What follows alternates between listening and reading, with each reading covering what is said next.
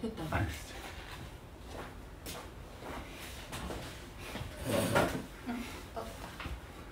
안녕하세요. 니은서점 하이엔드 북토크 인스타 라이브 중계입니다. 오늘 또 저희 니은서점이 또 간만에 이 인스타 라이브를 통해서 하이엔드 북토크를 중계하게 됐습니다.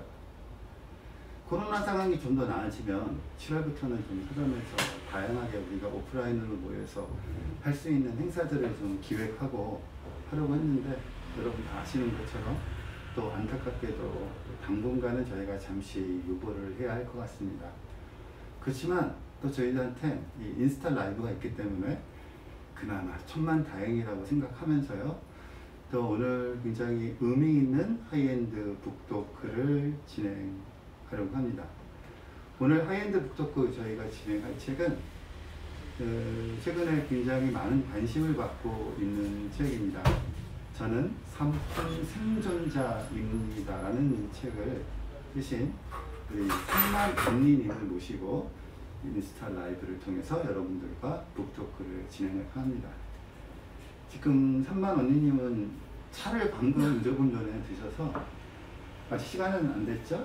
이번 3분짜리 끝났고 4분짜리요? 네, 지금 저희 니은서점에서 지금 니은서점에만 오신 분한테만 드릴 수 있는 특전, 기존에는 저희가 단골 손님만 니은서점에 있는 아주 예쁜 앤틱잔으로 이 차를 마실 수 있는 특권을 드렸는데, 저희가 코로나 시대를 맞이하여 당분간 니은서점에 오시는 모든 분들에게 이 앤틱잔으로 차를 마실 수 있는 특전을 부여하기로 했고요. 오늘 또 이렇게 하이엔드 북토크 손님으로 와주신 산만 언니께서 오늘 1호로 드시는. 아 진짜요? 영광입니다. 차 맛 어떤가요? 너무 좋아요. 네. 들으셨죠? 차 맛이 아주 좋답니다. 아니, 이게 근데 네. 로얄 얼그레이 이거 되게 좋은 차인데 사실 조금 네. 값이 나가는 네. 차들을 저희가 여러분들에게 제공하고 있습니다. 매일 와야겠습니다. 감사합니다. 또 옆에 이렇게 제 소개부터 하면, 저는 니은서점 마스터 북텐더 노명우이고요. 제 옆에는 저는 삼품 생존자입니다를 쓰신 산만 언니님을 모셨습니다. 네. 반갑습니다. 반갑습니다. 네. 제가 제일 꼭 뵙게 되면 네. 궁금했던 게 네. 왜 산만 언니인가라는 이게 네. 책 뒤에 보면 네네. 초등학교 때 친구들이 지어준 예. 별명이다라고 네. 쓰여 있긴 한데, 네. 왜 친구들이 산만 언니라는 별명을 지어줬을까? 그게 주희가 산만하다 할 때 산만이기도 하고요. 제 이름 원래 이름이 이선민인데 그걸 가지고 애들이 장난친 거예요. 선민을. 초등학생이니까 이름 갖고 보통 별명 많이 게시판에다가 줬죠. 네. 그래서 그거였는데 이렇게 막 자유 게시판에 제가 글을 쓰면서 유명해졌잖아요. 네. 근데 그렇게 될 거라고 생각도 못하고 그냥 닉네임을 쓴 건데 그 닉네임이 너무 유명해져서 지금은 제 본명보다 유명해서 그 이름을 계속 쓰게 되고 필명으로. 그럼 그때도 뒤에 산만의 뒤에 네. 언니가 붙었어요? 그거는 원래는 이제 제 별명이 이산만, 산만 이랬는데 네. 이제 좀 나이가 들고 그러니까 산만이라는 그 닉네임이 너무 가벼워 보이는 거예요. 뒤에다가 언니를 붙이고 나중에는 산만 할머니 이렇게 해야지라고 생각해서 언니를 붙였던 때 네. 할머니는 몇 언제쯤? 년째? 한 50년 째. 모르겠어요. 앞으로 한 50년간은 네. 언니, 그리고 할머니는 50년 네. 후쯤에 반 100년 후에 하시는 거로 네. 하고, 산만 언니라고. 네, 산만 언니. 저도 언니라는 호칭을 네. 되게 오랜만에 써요. 그쵸. 네. 네. 그리고 어릴 때만 해도 네. 사실은 지금은 언니라는 호칭을 여자가 자기보다 나이 많은 여자한테 쓰는 호칭으로 딱 묻었지만, 예전엔 사실 언니라는 호칭이 남녀 구별 없이 썼던 적이 있었어요. 그리고 본래 언니가 옛날 소설책 보면 남자가 남자한테 언니라고 하는 그 대목도 등장을 하는데, 언젠가부터 이 언니가 굉장히 여자가 여자한테만 쓰는 호칭으로 좀 굳어졌는데, 또 산만 언니라고 네. 부르니까 저도 갑자기 옛날 기억들이 나와서 그렇습니다. 또 여기 이렇게 약간 지금 라이브로 보시는 분들은 글자가 좀 단전돼서 보이시겠습니다만 또 이렇게 혹시 처음 보셨나요? 저는 봤어요. 예. 네, 혹시 기념품으로 되게도 하나 하고 계십니다. 출판사에서 저도 모형을 네, 이렇게 크게 만든 거 처음 봤는데 아주 이게 탐이 나네요. 그래서 왜 제 책은 이런 거 왜 안 만들어줄까? 그래서 디테일한 편집자를 만나시면 네. 혹시 제 책을 편집하셨던 분들 중에서 이 방송을 보고 계시다면 지금 라이브가 아니라 나중에라도 보시게 된다라고 하면 한번 자기 점검을 부탁드리겠습니다. 나는 디테일한 편집자인가 아닌가 좀 자기 점검 부탁드릴게요. 그리고 저는 여러분들의 자기 점검의 결과를 그대로 믿고 따르도록 하겠습니다. 우리 복주요? 복주가 주무시고 받아주네요. 네. 네, 지금 복주가 지금 약간 복주라고 네. 제 기회 있으면 일단 라이브에 또 출연할 예정입니다. 근데 지금 복주가 바닥에 아주 편한 자세로 누워 있어서 지금은 방해 안 하는 게 좀 좋을 것 같아요. 네. 이야기를 진행하다가 좀 복주가 좀 활동성이 생기게 되면 그때 여러분에게 우리 복주도 함께 소개하겠습니다. 이 책은 뭐 책 제목을 보면 어떤 맥락이겠구나라는 걸 짐작할 수 있는 책이에요. 근데 또 실제로 또 책을 읽어보면 책 제목을 가지고 우리가 어떤 습관에 따라서 이렇지 않을까라고 예측했던 거는 저는 읽으면서 사실 조금 놀랬던 거는 그 제목을 보면 이게 무엇을 다루는 책이구나 알겠는데 혹시라도 이 책 내용은 충분히 예측되는 이러한 내용들이 쓰여져 있겠구나라는 예측대로 흘러가지 않을까라는 생각도 했었었는데 제가 실제로 읽어보니까 제가 전혀 생각하지 못했던 그런 이야기들이 나와서 개인적으로는 이게 일단 이제 즐겁다라는 단어를 쓰면 안 되는데 이제 의미 있는 독서였습니다. 근데 책 제목에서 여러분들 아실 수 있는 것처럼 저는 산풍 생존자입니다. 인데 사실 당사자에게 그날 어떤 일이 있었는가를 혹시 이 삼풍백화점 붕괴 사건에 대해서 알지 못하는 분들에게 또 당사자에게 그날 어떤 일이 있었는가를 말씀해달라고 부탁드리는 건 어떤 맥락에서 놓고 보자라면 예의가 아닐 수도 있고 별로 좋은 것 같지는 않습니다. 근데 또 저는 삼풍백화점 붕괴 사건 아주 잘 기억하고 있고 잘 알고 있지만 혹시 라이브 보시는 분들 중에서 좀 더 젊으신 분들은 또 이 사건을 잘 기억 못 하시는 분들이 있을 것 같아서 일단 제가 먼저 이 책 뒤에 보면 이 삼풍백화점 참사의 기록이라고 해서 부록이 있고요. 이 부록에서 삼풍백화점 참사가 무엇인가를 정리해 놓은 글이 있는데 그 중에 일부를 제가 읽어드리고 그리고 나서 신만 언니와 이야기를 진행해 볼까 합니다. 뭐 다 읽을 수는 없고요. 제가 부분만 여러분들이 삼풍백화점 붕괴 사건을 개요를 알 수 있을 정도의 내용만 한번 읽어보도록 하겠습니다. 1995년 6월 29일 서울 서초구 서초사동 1675-3번지에 위치해 있던 삼풍백화점의 북측 건물이 붕괴되었다. 삼풍백화점은 북측 건물과 남측 건물로 나뉘어져 있었고 두 건물은 중앙 홀로 연결된 구조였다. A동은 지상 5층부터 지하 4층까지 이루어져 있었는데 옥상 콘크리트 슬래브가 무너지면서 건물이 왼쪽으로 기울었고 불과 20초 만에 옥상부터 지하층까지 연쇄적으로 붕괴되었다.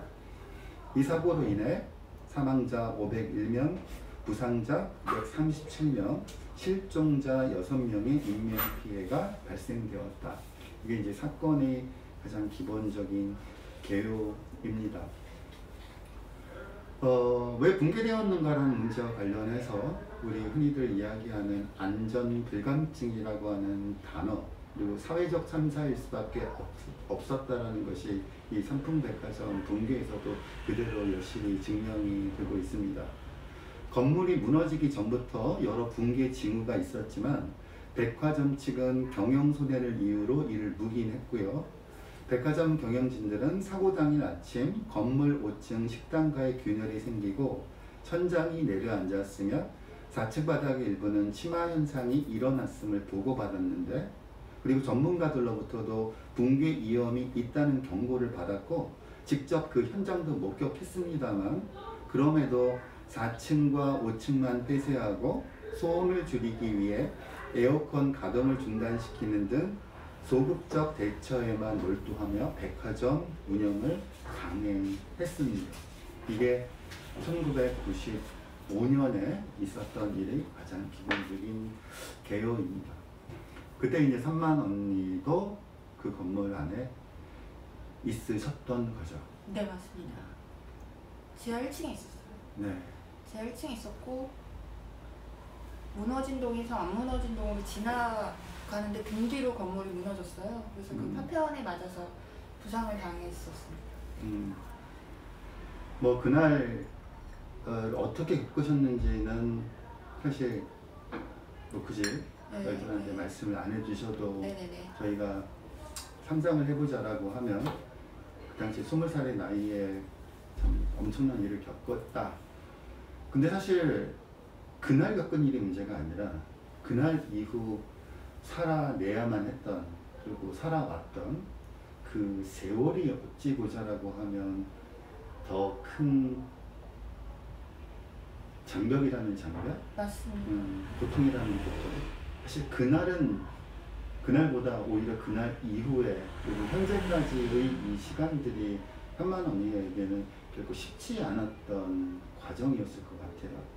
네, 저도 그러니까 산풍 사고에 대해서 이야기하는 것보다 그 사고 이후에 대해서 말하려고 책을 쓰게 된 거예요. 그러니까 사람들이 간단하게 사고가 나고 사건이 나면 그걸로 끝이라고 생각하고, 또 이런 일은 겪어보기가 쉽지 않고 겪어서는 안 되는 일이잖아요. 네. 그러니까 잘 몰라서 사람들이 모르니까 내가 얘기해야 되겠다. 사고는 사고 이후 이야기에 대해서 내가 말해야 되겠다라고 생각을 해서 쓰게 됐습니다. 제가 책을 읽으면서 삼만 언니가 이 책을 쓸 때 어땠을까, 쓰는 과정. 흔히들 그러니까 글을 쓰거나 책을 쓸 때 작가가 겪기 마련인 창작의 고통과는 다른 차원의 고통이 이 글을 쓰는 동안 겪으실 수밖에 없었겠다라는 생각이 들었어요. 그리고 또 요즘 굉장히 너무 많이 사용돼서 저도 개인적으로 이거 너무 쉽게 너무 남발되는 게 아닌가라는 생각이 들었던 단어 중에 하나가 이른바 이제 글쓰기라는 것을 곧바로 치유라는 것과 바로 그냥 연결시키는, 그래서 글쓰기 자체가 뭔가 마법처럼 글만 쓰면 바로 치유가 이루어질 수 있는 것처럼 최근에 이제 글쓰기와 치유라고 하는 두 가지 단어가 너무 달라붙으면서 너무 우리가 습관처럼 관습적으로 쓰면서 글 쓰면 치유가 될 것이다 라고 하는 기대들이 굉장히 많은 게 좀 개인적으로 약간 아쉬운 점이 있었었는데, 바로 삼만 언니가 바로 그 점을 지적해 주시는, 그 주변에서 이런 책을 쓰고 있다는 걸 알았을 때 주변에서 가장 많이 했던 이야기가 그렇다면 당신이 이런 책을 쓰는 것이 당신에게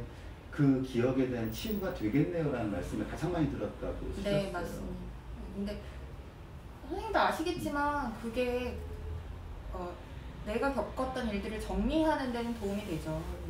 안 하는 것보단 나을 거라고 생각은 합니다만, 글을 쓴다고 해서 상처가 치유된다라는 느낌을 받아본 적 없어요. 왜냐하면 글을 쓰려면 그 과거, 잊고 살았던 과거를 계속 들어가야 되고 그 고통을 들여다봐야 되고, 또 제가 이거를 이 책을 쓸 때 가장 조금 조심했던 부분이 선정적으로 안 쓰려고 애썼거든요. 그러니까 읽는 사람들이 사고 얘기, 슬픈 얘기만 너무 감정을 내가 여기다가 그대로 토해내면 읽는 사람들이 힘들 것 같아서 제가 한번 그걸 걸러야 했어요. 그러니까 저는 조금 무겁게 쓰고 다시 글을 만들 때는 오히려 좀 감정선을 조금 조절해야 했거든요. 그래서 그게 그 작업을 하니까 시간이 너무 오래 걸리고 단어 선택하는 것도 굉장히 조심스러웠어요. 그래서 힘들었기 때문에 글 쓰는 게 치유다라는 생각이 저는 진짜 소명으로 쓴 거예요. 그러니까 책 읽으신 분들은 아실 거고 만약에 29일에 뉴스공장을 보셨다면 아실 텐데 이런 일들이 계속 반복되고 있다는 사실, 그리고 피해자로서 침묵했다는 사실에 대해서 조금 죄책감이 들었어요. 그래서 사회적 참사의 당사자로서 소리를 내야 되겠다라는 소명에 정말 그만두고 싶었는데 참고 했어요. 네. 그러니까 이제 우리가 글을 도대체 왜 쓰는가라는 문제에 있어서 참 글을 쓰는 이유는 참 여러 가지가 네. 있잖아요. 때로는 우리 유명한 조지 오웰 맞죠? 네. 나는 글을 왜 쓰는가, 네. 거기서 얘기했던 것처럼 어떤 사람은 자신의 공명심을 위해서 글을 쓰기도 하고, 누군가는 또 이런 이유로 글을 쓰기도 하고, 참 글을 쓰는 이유는 참 여러 가지가 있다. 그런 이야기를 한번 이렇게 생각하면서 저도 산만 언니가 이 글을 왜 썼을까?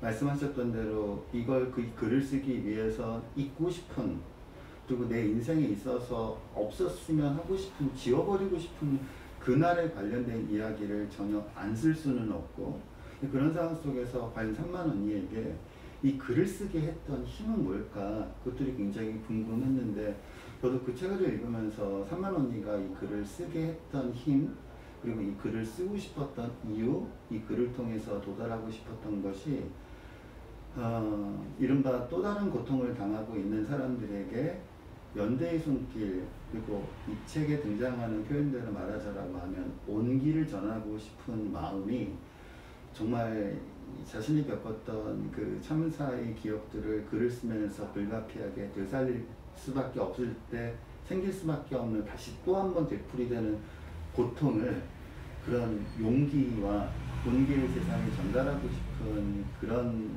마음 때문에 그것으로 이겨가면서 쓰신 게 아닐까라는 생각이 들었어요.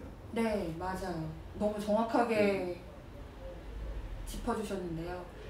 그러니까 내가 힘들더라도 증언해야 되겠다라고 생각했고, 그리고 또 저는 제가 겪은 사건, 사고 이후의 생에 대해서 사실은 유별나다고 생각은 안 해요.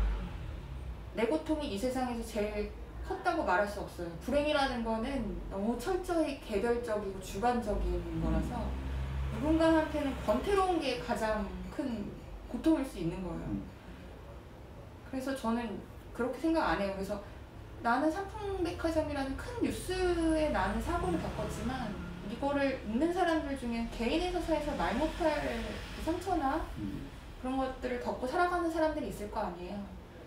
근데 저는 뭐라 그래야 되지? 끝까지 가본 사람인 거예요. 불행을 끝까지 파고들어서 그 불행을 맞서고 불행을 이겨내려고 노력했고, 그래서 일상이 어떻게 얼마나 아름답고 소중한지 알게 됐으니까 그런 분들한테, 그리고 이게 혼자 살아갈 수 없다는 걸 너무 절절하게 깨닫게 됐어요. 그러니까 세상이 연결돼 있고 그러니까 우리가 다 하나같이 연결돼 있다는 것, 그리고 나 혼자 행복한 세상은 없다는 것, 그런 것들에 대해서 사람들한테 말하고 싶었어요. 제가 겪은, 제가 받은, 그러니까 생을 사랑하게 하는 힘 또한 남이 준 거였고, 그것을 다른 사람들한테 전달하고 싶기도 했고요. 네. 아까 이제 얼핏 미디어가 다루는 방식에 대해서 살짝 말씀해 주셨습니다만, 네. 사실 미디어가 어떤 사회적 참사를 다룰 때 한편으로는 선정적인 방식으로 다루는 것, 그래서 어떤 한 인물의 고통에 초점을 맞추는 방식으로 보도를 하는 것, 이제 그런 사건을 나타낼 수밖에 없었던 배경과 구조와, 그리고 혹시 그 사건에서 우리가 배우지 못한 교훈이 어떤 것들 극복하지 못하고 해결하지 않았기에 또 되풀이되고 있는 그 어떤 구조에 대한 초점을 맞추기보다 되게 사건을 선정적인 맞아요. 방식으로 도인화하고 네. 사람의 모습으로 나타내려는 경향이 네. 있고, 또 하나는 정례적으로 다룬다. 그러니까 1년 365일 동안은 사회적 참사에 대해서 전혀 관심이 없다가 딱 뭐 선풍백화점 그날만 되면 또 다시 또 오늘 또 그날입니다 라고 하면서 이렇게 정례적으로 다루는 것과 선정적으로 다루는 것, 이 두 가지가 합쳐지면서 사실 우리가 미디어를 통해서 사회적 참사에 대한 보도가 전혀 없는 것은 아니고 보도는 끊임없이 되고 있는데, 그럼에도 불구하고 사회적 참사가 되풀이되고 있는 방식은 그걸 의례적으로 보도하고 그리고 선정적으로 보도하기 때문이 아닌가라는 생각이 드는데. 네, 맞습니다. 매해마다 이렇게 미디어에서 이 사건을 보도하는 걸 접하시게 되잖아요. 근데 올해처럼 이렇게 미디어가 집중된 적은 없어요. 저도 좀 놀랐는데 아무래도 그 SBS 꼬꼬무라는 유명한 그 TV 프로그램 때문인 것 같아요. 근데 뭐 이런 기회라도 알려지면 좋기는 한데, 사실 저는 이제 그 미디어의 그 카메라들이 이제 그 프로그램 때문에 저한테 집중이 되면서 어떤 생각을 했냐면, 제가 메신저가 돼서 말하고 싶은 메시지에는 사람들이 관심이 없고 메신저에 대한 관심이 너무 많은 거예요. 아, 그 사고를 겪은 여자 어떻게 생겼어? 라는 식의 방식으로 미디어들이 다가오고, 그걸 굉장히 뭐 예를 들어서 제가 위령탑 가서 뜻하지 않게 눈물이 났어요. 잊고 살았던 기억이 떠올라서. 근데 그걸 막 기자분이 막 이렇게 사진을 막 다가와서 찍는데, 전에 세월호 막사에서 막 기자들 카메라 뺏기고 그런 게 이제 오버랩 되더라고요. 기자분들도 마음 모르는 건 아닌데 그렇게 소비되는 입장에서는 왜 이렇게 뭐 사람들이 이렇게 가볍게 이 이미지만 원하고 이런 자극적인 걸 원할까? 그러니까 깊은 성찰 없이 이런 일은 왜 있었으며, 그러니까 내가 하고 싶은 말에는 관심이 없구나라는 걸 깨닫게 됐어요. 그래서 제가 어디 가서 늘 얘기하는 게, 알랭드 보통이 그 얘기 했어요. 책에도 썼는데, 소비자는 세상을 바꿀 수 있거든요. 그래서 그런 기사를 많은 사람들이 안 보고 선정적인 기사를 소비하지 않으면 조금 제대로 된 저널리즘, 제대로 된 저널리스트들의 기사를 볼 수 있지 않을까라고 생각하게 됐어요. 이번 기회에 특히 더요. 네. 그래야 우리가 올바르게 뭐 이런 참사라든지 그 이후의 삶이라든지 우리가 사회적으로 어떻게 연대하고 어떻게 극복해야 될 것에 대해서 고민을 할 것 같은데, 지금은 막 달려들어서 뭐 그 사고 후유증을 앓고 있는 여자가 미디어에 나왔어 라고 하면서 정말 여기저기서 막 달려드는 느낌이었어요. 굉장히 피곤하고 불쾌했어요. 예. 그러니까 제가 이렇게 용기 내서 제가 막 정말 편하게 얘기하자면 담배 끊는 얘기까지 썼거든요. 오죽 제가 절절했으면, 하고 싶은 얘기가 많았으면. 근데 내가 하고 싶은 얘기에 대해서는 관심이 없고 나라는 존재에 대해서 관심을 갖는 게 굉장히 불편했어요. 힘들었어요.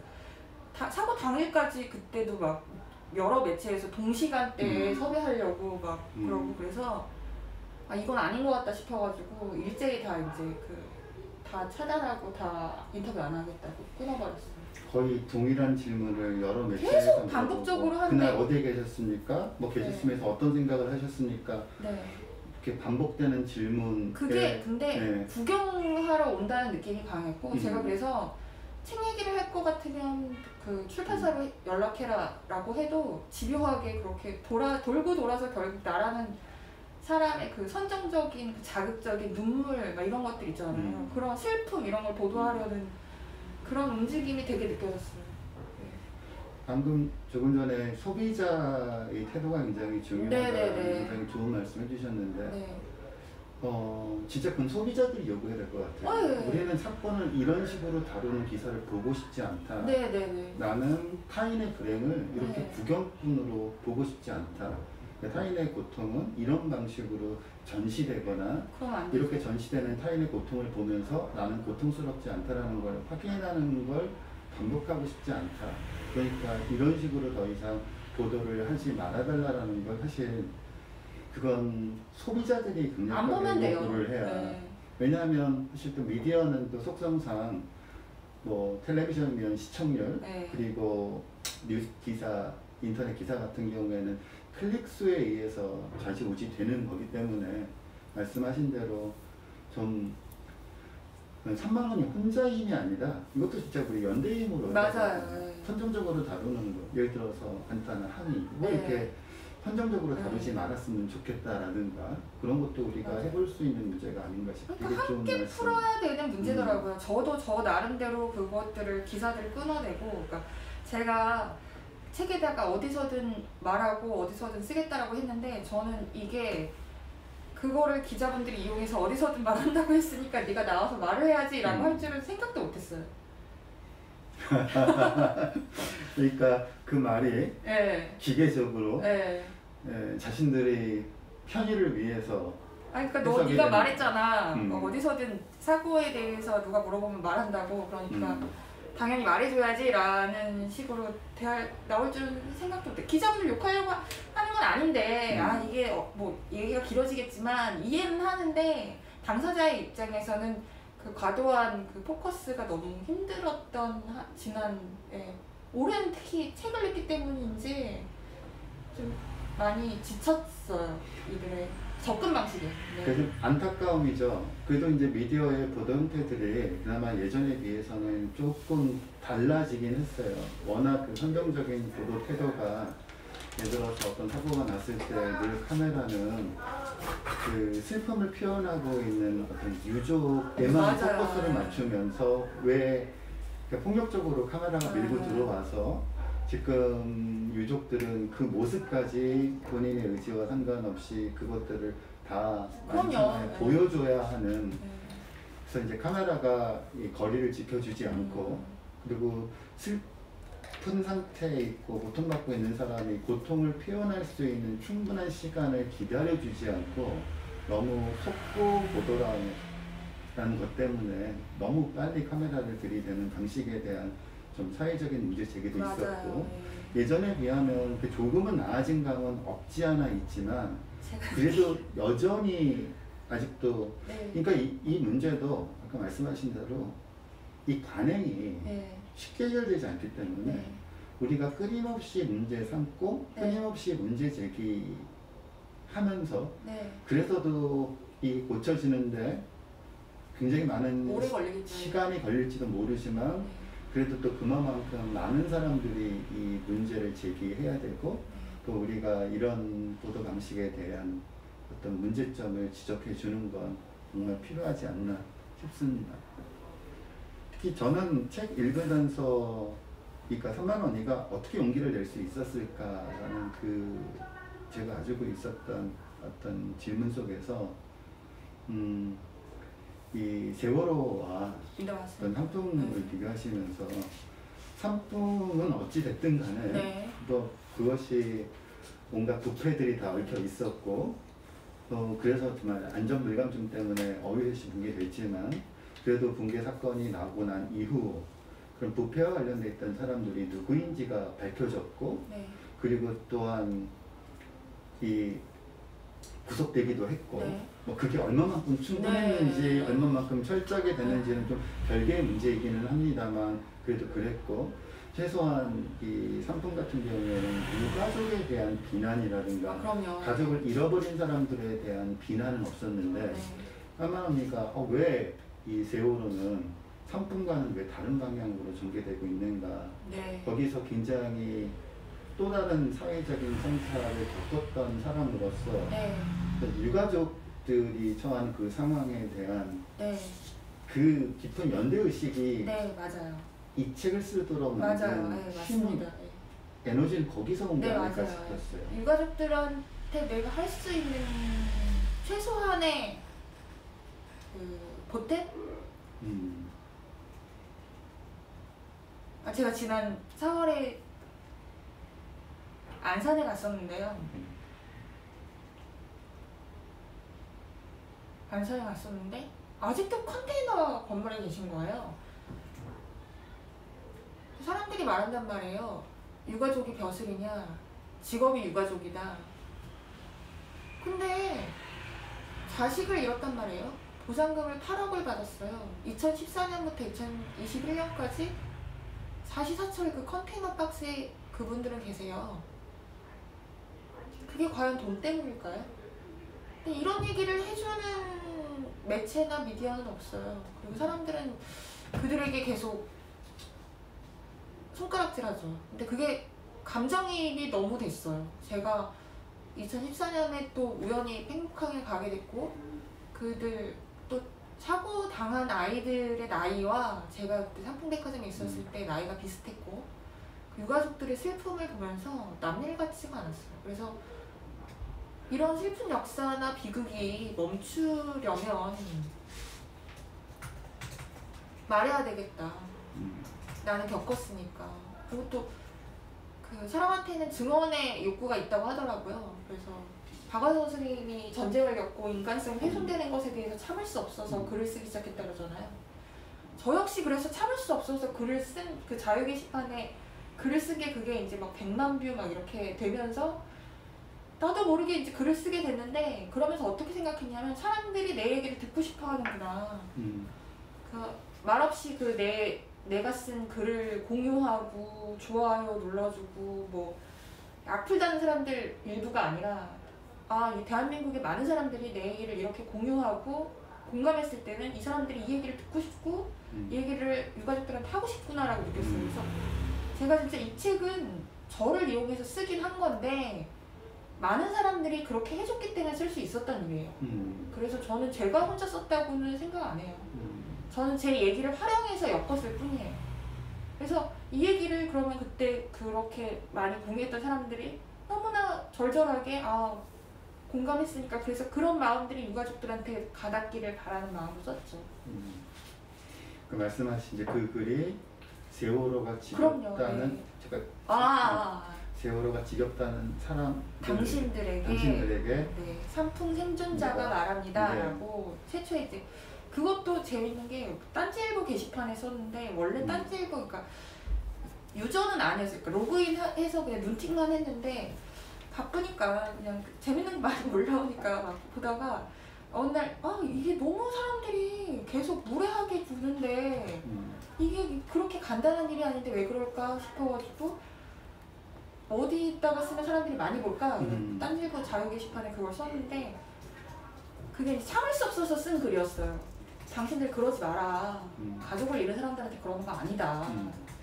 근데 이제 저는 말할 자격이 있었던 거죠. 그러니까 요새 사람들도 되게 특이한 점이 무슨 올바른 말 하면 자격 논란하잖아요. 너 그런 말 할 자격 돼? 그래 나 자격 있으니까 내가 말할게. 그러고 쓰게 된 거죠. 네. 근데 그 글 쓰고 나서 나한테 그 일베나 이런 그 베이스의 극우 세력들 이런 사람들 몰려서 나한테 증거를 네가 삼풍백화점 생존자라는 증거를 대라는 거야. 그러니까 막 농담으로 셀카라도 그때 찍었었어야 되는 거냐고. 근데 뭐 진짜 아무리 설명을 해도, 그러니까 제가 타진요의 마음을 알겠다니까요. 그러니까 아무리 설명을 해도 네가 있었던 병원을 얘기하라는 둥 막 와서 그러는 거였고. 이게 나는 내가 왜 이걸 대응해야 되는지도 모르겠고 우리 법조 내가 대응해야 되는지도 모르겠고 그래갖고 그냥 대꾸 안 했는데 그러더라고요. 예. 그래서 되게 그때 시달렸어요. 예. 고소도 당하고. 근데 고소당한 건 나도 좀 잘못한 게 있기 때문에 그 얘기는 책에 보면 나오나요? 네. 나오니까 잊고 있었네요. 3년 동안 써가지고. 네, 아주 깨알같이 많은 얘기들을 책에 담아주셨어요. 그러니까 방금 말씀하신 그 얘기 한 문장 236쪽에 있는 건데 사실 저는요 처음에 그 글을 세월호 엄마들 보라고 썼거든요. 여기 그렇게 생각하지 않는 사람이 있다. 참 이 문장이 얼마나 이 세월호 유가족들에게는 온기를 전해주는 말이 아니었을까. 여기 그렇게 생각하지 않는 사람이 있다. 여기 막 이런 사람이 있어요. 라는 얘기. 네. 그 말을 하려고 나는 그 글을 썼다. 네. 그래서 그 글을 쓰신 이유를 이 문장 이것 말고 다른 어떤 것으로 가장 적절하게 설명할 수 있을까, 표현할 수 있을까. 진짜 이거 하나다. 네, 여기 그렇게 생각하지 않는 사람 여기 있다. 네. 나다. 근데 많은 분들이 같이 손들어 주셨죠. 네. 네. 그래서 그때 그 엄마들이 많이 울었다고 하시더라고요. 네. 그 보상금. 네. 저도 이제 책을 보면서 보상금 보상금이라는 단어가 적절한 단어일까? 보상금이라는 건 왜 생겼을까? 그건 보상금이라고 우리가 부르는데 어떤 돈을 일단 뭐 원초적으로는 그것이 돈으로 표현될 수 있는 것인가 라는 문제와 이걸 이제 부르는 명칭이 보상이라고 하는 단어가 가지고 있는 뜻과 애초에 이것이 생길 수밖에 없었던 배경은 잘 맞아떨어지는가 라는 의문이 생겼고, 그래서 저도 오늘 갑자기 그 영어로는 보상금 뭐라고 하지라는 궁금증이 생겼어요. 그걸 찾아봤더니 compensation이라고 하더라고요. 그 다음에 그럼 별명이 compensation이라는 단어가 등장했을 때는 어떤 어원이 있을 텐데 그 어원은 뭘까? 하면 찾아봤더니 어원을 찾아보고 나서 우리가 보상금이라고 표현하는 것이 본래는 이런 정신을 가지고 있었던 거구나 라는 걸 알게 됐는데, compensation의 어원은 com은 함께라는 뜻이고 뒤에 붙어 있는 그 pensation 그거는 짐을 지다라는 뜻인 거예요. 그러니까 이제 compensation은 어떤 일을 겪어서는 안 될 일을 겪었고, 근데 그 일이 겪은 사람에게는 아무런 책임이 없고 그 사람은 원인이 아니고 그 사람이 아닌 다른 사회 구조나 다른 원인에 의해서 일이 이루어졌을 경우, 보통 이제 우리는 이러다 만약에 이제 보상금이라는 게 그냥 이거 건네주고 그냥 더 이상 얘기하지 맙시다, 그냥 종료, 그러니까 끝을 의미하는 그러니까 일종의 어떤 사건의 엔딩이 이제 보상금이라는 뉘앙스 안에 굉장히 많이 포함되어 있는데, 어원을 보니까 이건 엔딩이 아니라 시작인 거예요. 오히려 훼손된대요. 그러니까 이제부터 우리가 함께 당사자는 아닌 사람도 말씀하신 대로 우리가 같은 사회 속에 살고 있고 서로 얽혀 있다라고 하면 인류로서의 보편적인 연대의식과 책임감,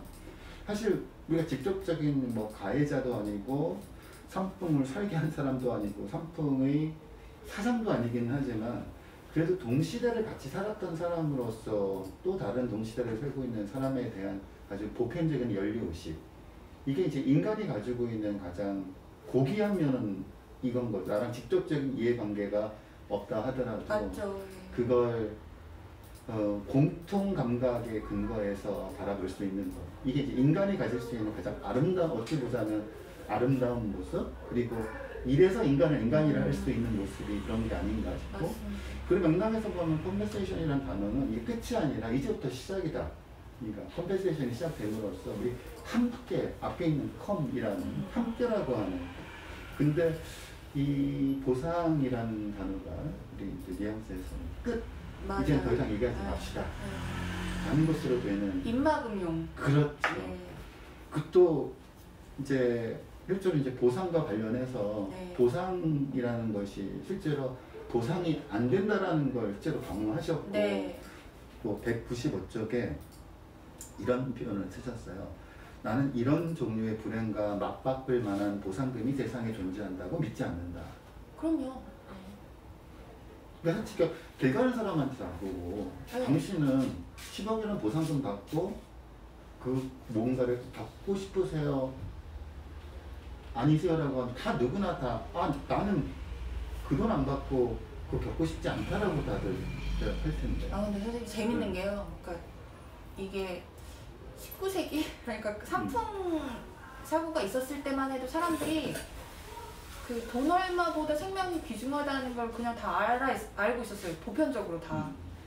요즘 친구들이라고 해서 미안하긴 한데 갑자기 약간 제가 체감상 개인적인 체감상 2006년 8년 그때부터 약간 능력주의 뭐 이런 그런 것들, 신자유주의 이런 것들이 국내 그런 문화, 개인주의 이상하게 왜곡되고 훼손된 개념의 그런 풍토들이 들어오면서 그 돈을 받고도 나 갈래라고 하는 듯한 느낌의 뉘앙스를 많이 받았어요. 그러니까 세월호 사건이 가장 대표되는 게 그 밑에 달린 댓글들을 보면 뭐 그렇게 하겠냐고 했을 때 10억 주면 하지 뭐 이렇게 이런 식으로 나오는 반응들을 보고 꽤 놀랐어요. 근데 사랑하는 사람의 생명을 10억도 아니에요.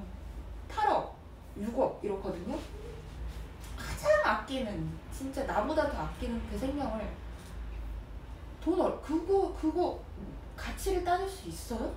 그거 받으면 그거 살만한가? 그 돈 있으면 그렇게 맞바꿀 수 있는, 저거 정말 이해가 안 되는데, 그래서 이 사람들이 이게 몰라서 하는 얘긴가, 이게 진짜 몰라서 하나보다 싶어가지고 그거 아니다 라고 말하다가 이렇게 된 거예요.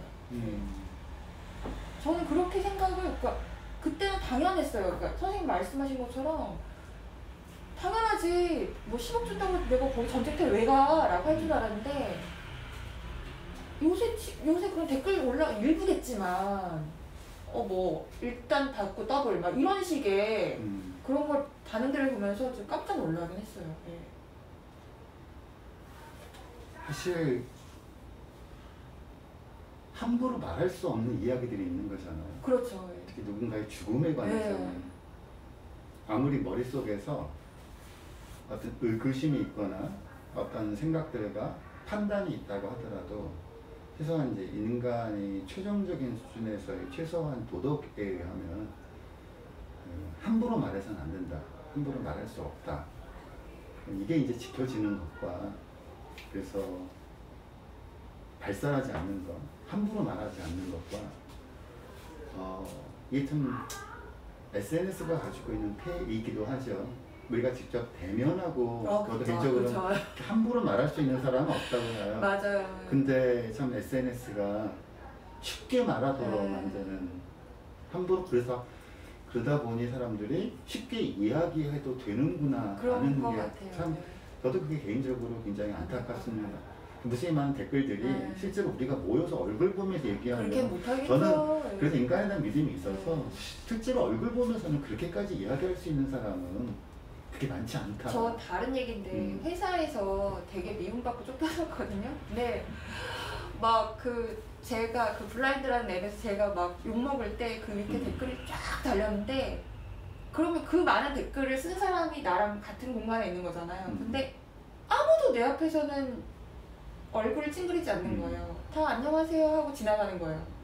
그러니까 뒤에 가서는 그렇게 욕을 할지언정 앞에서는 나한테 아무도 그렇게 안 하는 거예요. 그래서 되게 이 괴리가 뭐지? 라는 생각을 하긴 했었어요. 그때 경험하면서. 근데 세월호 가족들이 또 하는 말이 뭐냐면, 정말 얼마나 믿겠어요. 그런 애들 어묵탕 먹었다 그러고 얼마나 믿겠어요. 근데도 그분들이 끝까지 하지 못하는 말이 있어요.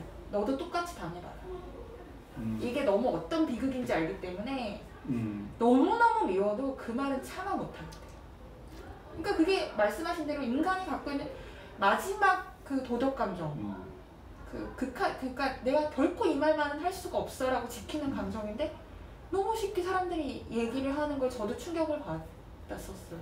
그게 제가 느끼기에 좀 그렇게, 저는 개인적으로 사회학자는 아니니까 분석해 본 적은 없는데, 제가 느끼기엔 한 2010년가 이때쯤부터 조금 더 심해진 게 아닌가라는 생각을 하긴 했어요. 네. 저는 이제 이 책 읽으면서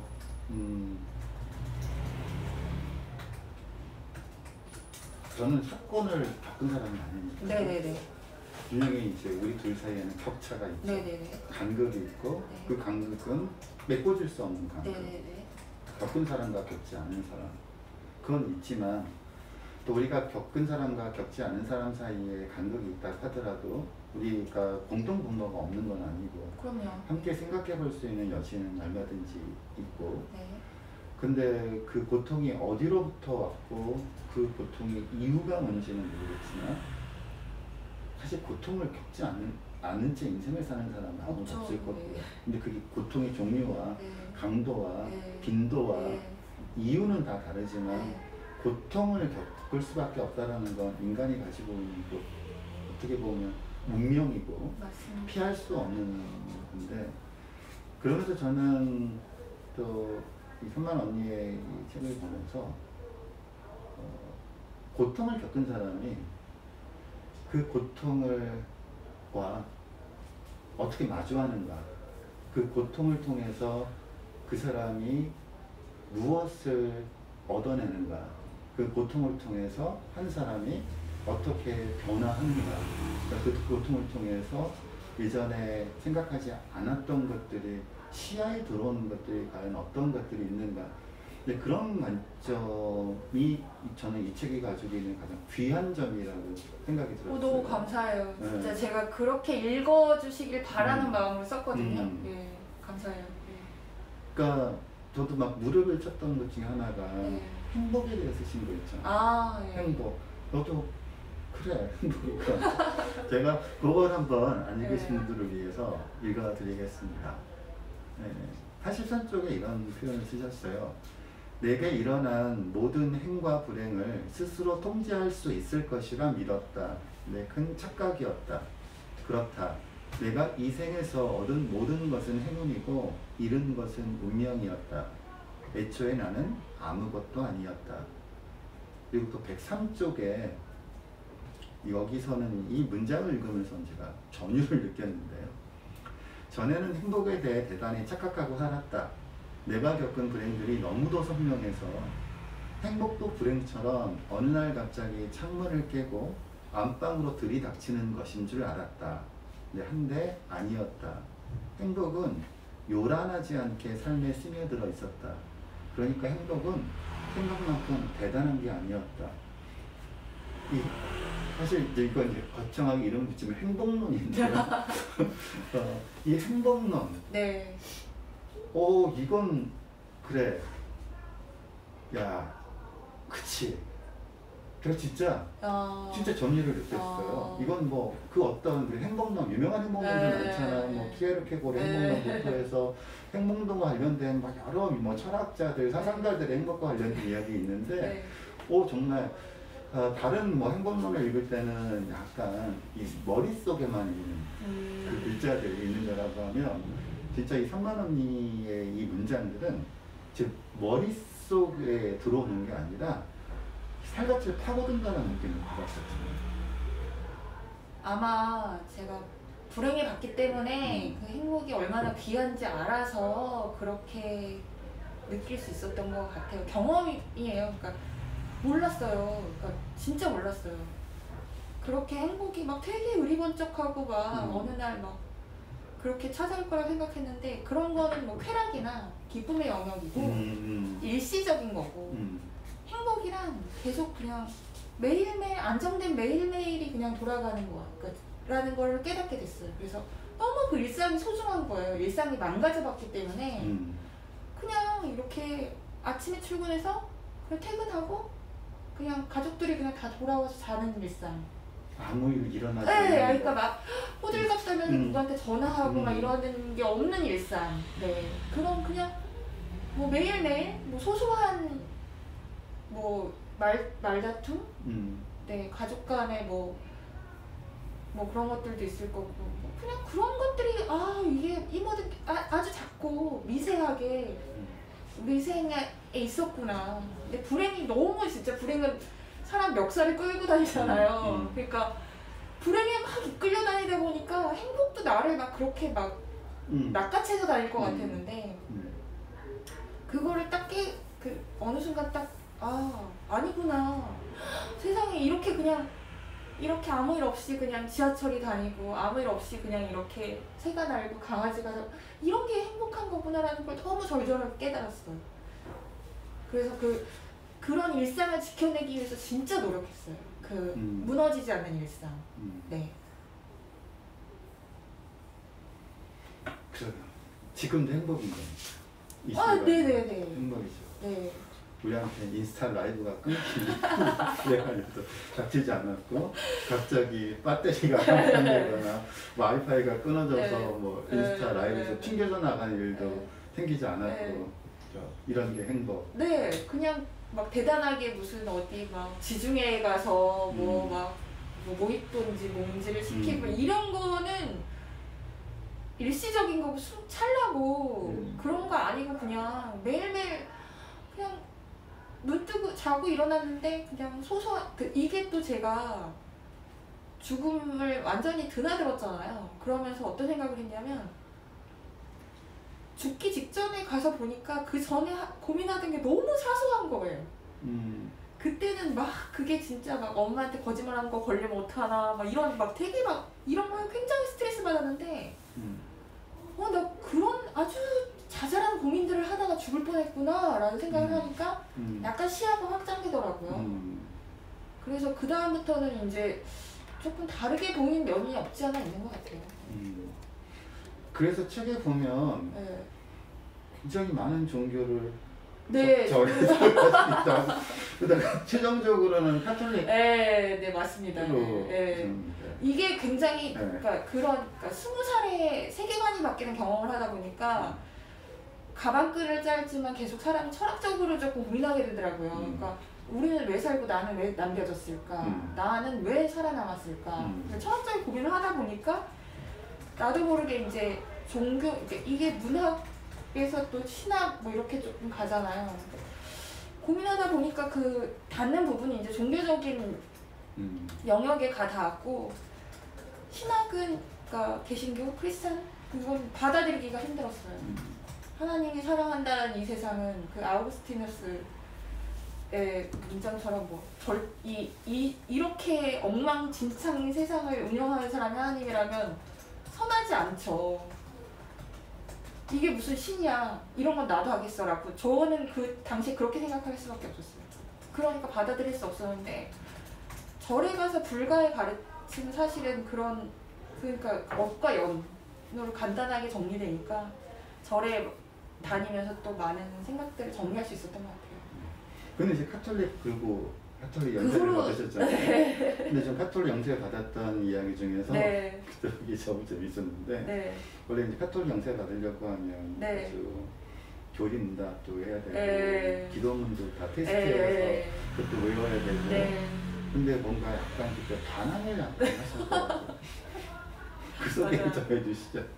그러니까 예비자 교리 중이니까 저는 그러니까 종교를 지금 그때 당시에 봉사활동하던 보육원에서 애들 때문에 받았는데 애들 간단하니까 밥 먹기 전에 요새는 안 하는데 밥 먹기 전에 이제 기도한단 말이에요. 근데 애들이 수녀님한테 엄마 이모 기도 안 해. 이모 눈 안 감아 막 이러는 거예요. 그러니까 얘네 때문에 처음에 조용히 해 막 이러다가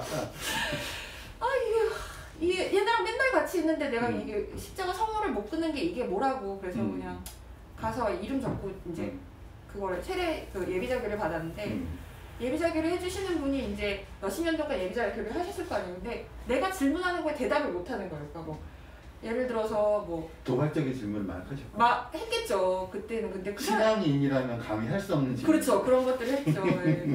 모르면 무례하잖아요. 그래서 계속 무례하게 굴었죠. 근데 그리고 나는 이해가 안 되는데 자꾸 그냥 넘어가는 거예요. 그러고 나서 이제 막판에는 내가 만난 하나님이라는 주제로 에세이를 써보라는 거예요. 내가 무슨 반박문을 써냈죠. 이걸 왜 예비자 교리 시간에 받으면 안 되는지. 한 페이지 쫙 써서 냈죠. 반박문의 주된 내용은?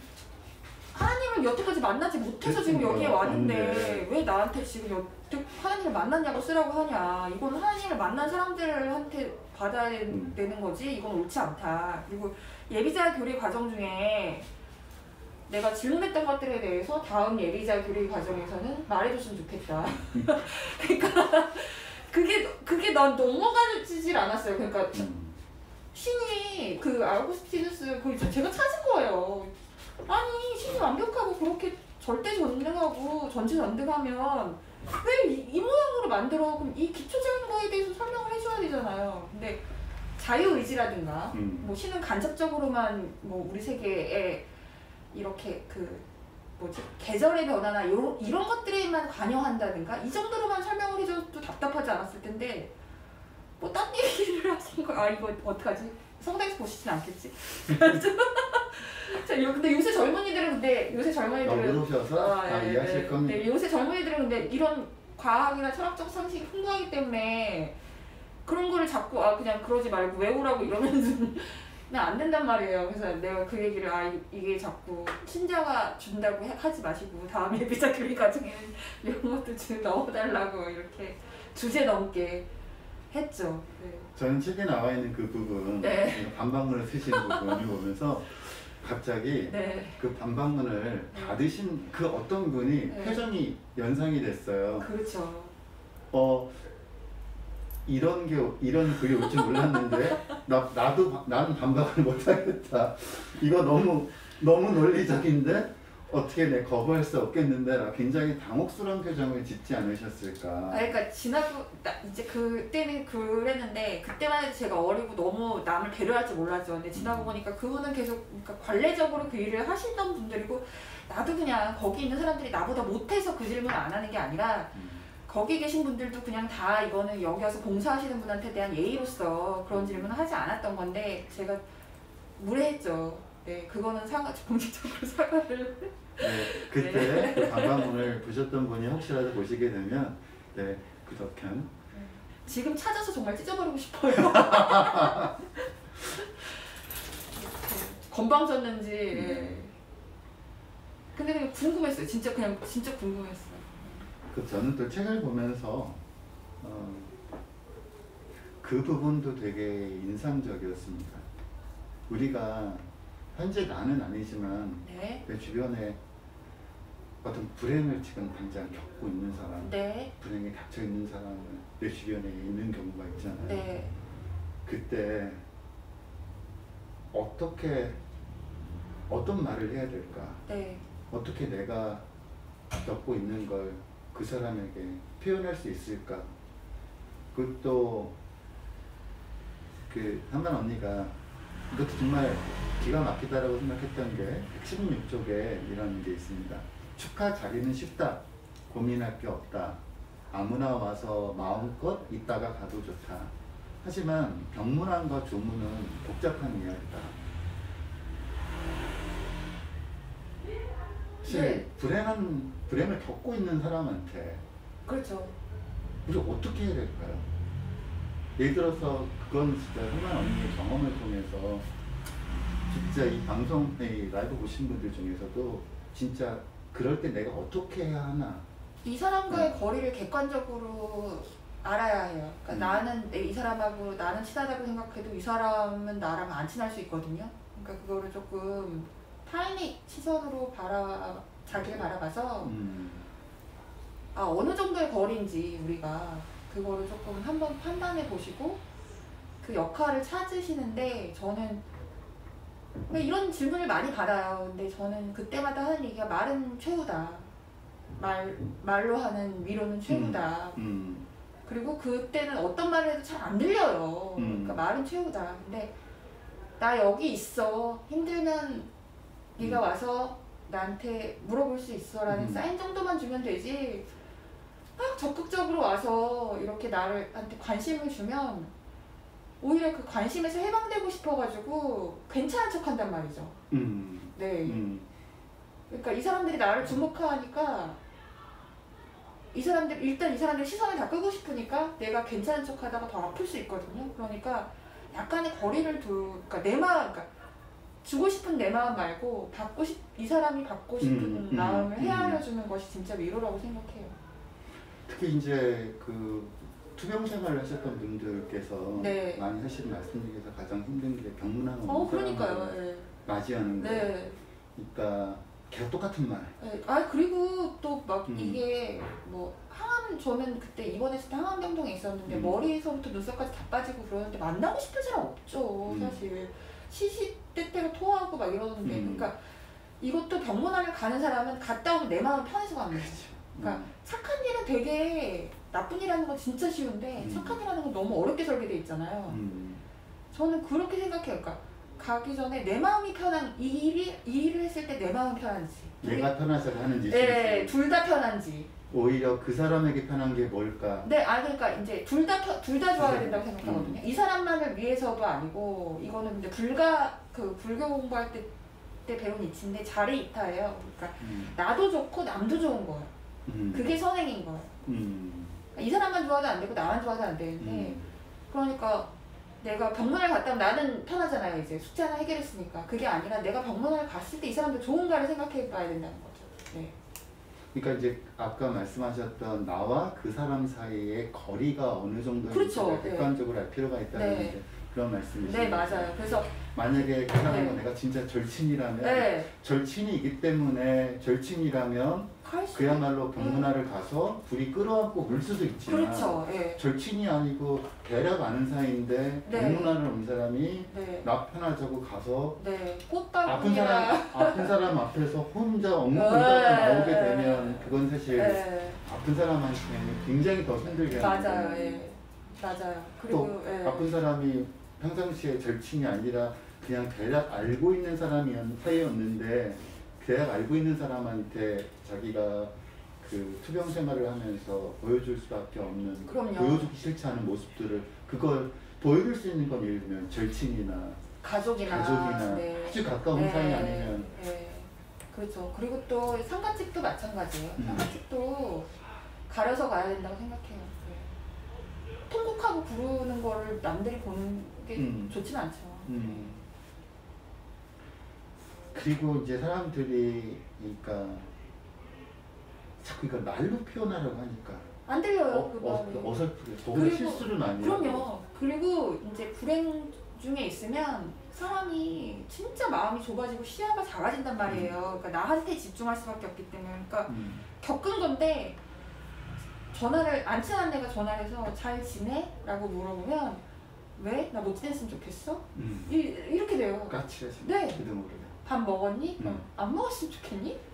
그러니까 이게 그러니까 기분이 나쁜 거예요. 그러니까 나를 진짜 생각하는 건지 내가 궁금한 건지 지금 망가지고 있는데 나를 구경거리고 제 망가진다는 소식을 들었는데 제 지금 추락하고 있다는 소식을 들었는데 어디까지 추락했지? 확인하는 건지 이렇게 된다니까요. 그래서 그냥 서로 좋을 게 없는 거예요. 그러니까 그래서 거리를 확인을 하고 정말 이 사람한테 위로를 하고 싶으면 시간이 지나서 뭐 그때는 내가 이러이러해서 못 갔어 라고 해도 충분하게 마음을 전할 수 있거든요. 네, 그러니까 그런 것들을 좀 섬세하게, 그러니까 제가 늘 이게 세상이 좀 아이러니하게 돌아간다고 생각하는 게 나쁜 일을 너무 쉽게 하게 만들어 놓고 착한 일 할 때는 진짜 여러 가지를 고민해야 되잖아요. 머리 좋은 사람이 착한 일을 할 수 있더라고요. 네, 그래서 아니 하나님은 왜 이렇게 설계를 해놓고 우리한테 착하게 살라고 하는 거냐고 막 신녀님한테 딱 막 물어보기도 하고 그랬었어요. 그러니까 고통을 담고 있는 책들이 굉장히 많아요. 네. 그래서 저는 가끔 이제 그런 질문을 던지기도 했었습니다. 고통을 담고 있는 책은 이 세상에 왜 필요할까? 왜 고통이 담긴 책들이 계속 나와야 될까? 그리고 고통의 이야기들은 내가 왜 읽어야 될까? 이런 생각을 하다가 이 3만원이 책 중에서 네. 선방 이야기 나오는데 네네네. 저는 거기서 제가 갖고 있었던 그 질문에 대한 해답을 얻었어요.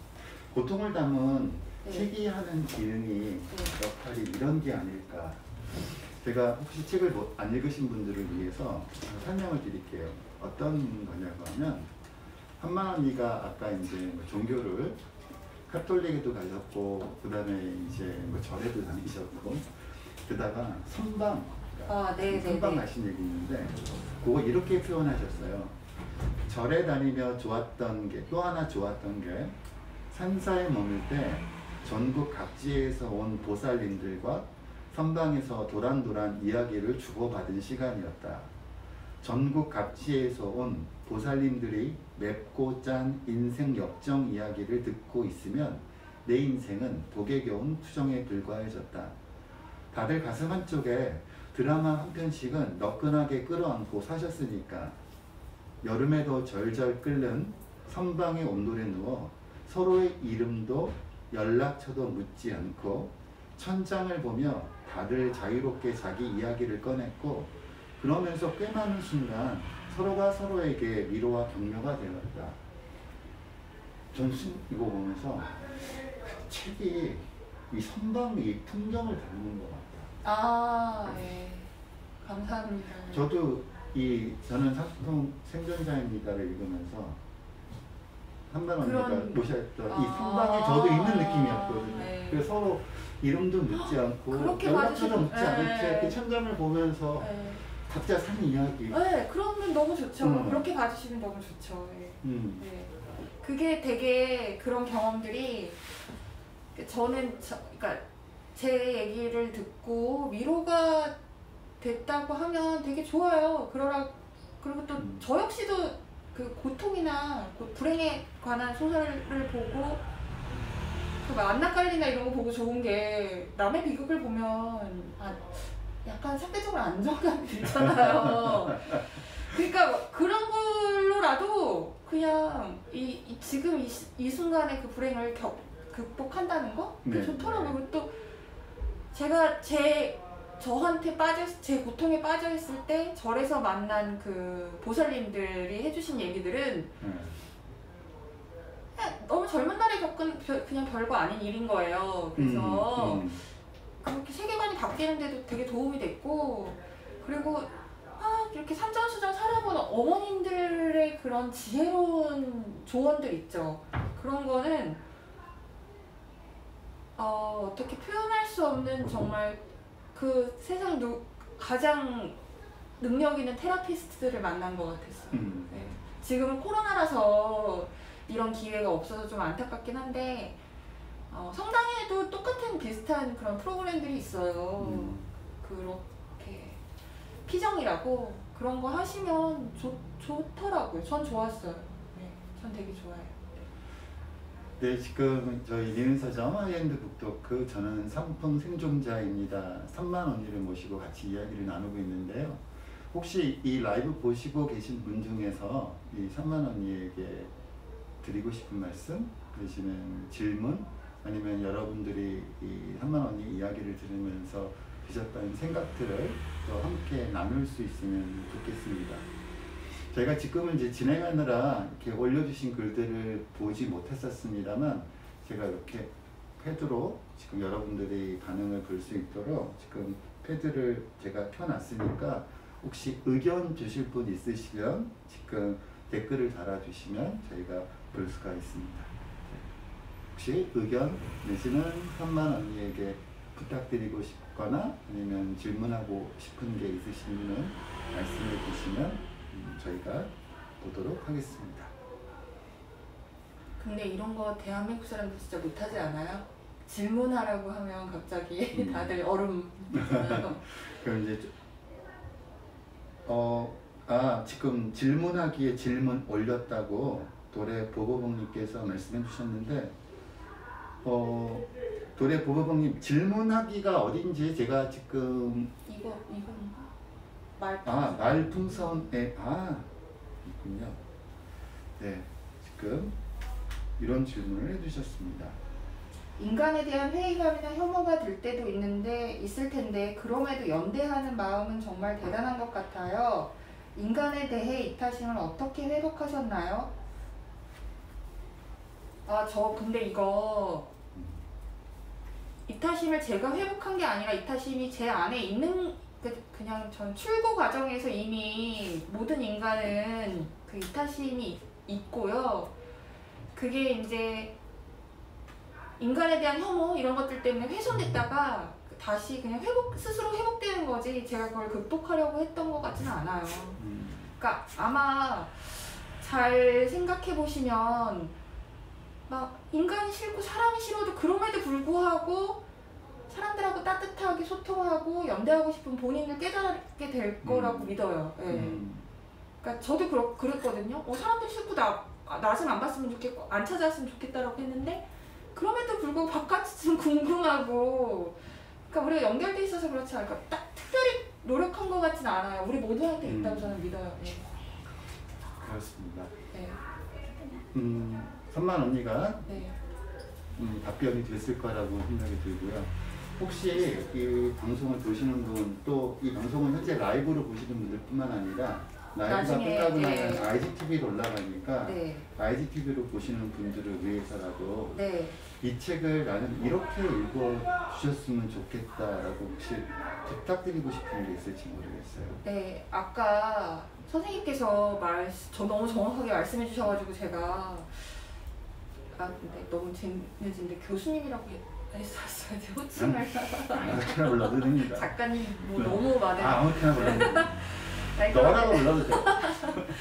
근데 너무 정확하게 얘기를 해주셨는데 제가 이제 불행을 서술한 것보다 어떻게 이 불행을 마주하고 그것들을 어떻게 처리해 나갔고, 그러니까 이게 정답이라고 저는 할 수 없어요. 이건 제가 했던 거예요. 그냥 하나의 사례로 이 사람은 이렇게 했구나. 그리고 또 뭐가 있냐면 난 내가 대단한 일을 겪었다고 생각 안 하거든요. 그러니까 저 여자도 대단한 일을 겪었다고 생각 안 하는데 내가 그런 일도 경험했는데 제가 뭐 수인한테 얘기했어. 수인 저 이러이래서 그래 힘들었겠네. 근데 그 순간 내 무게가 가벼워지는 거예요. 불행의 무게가.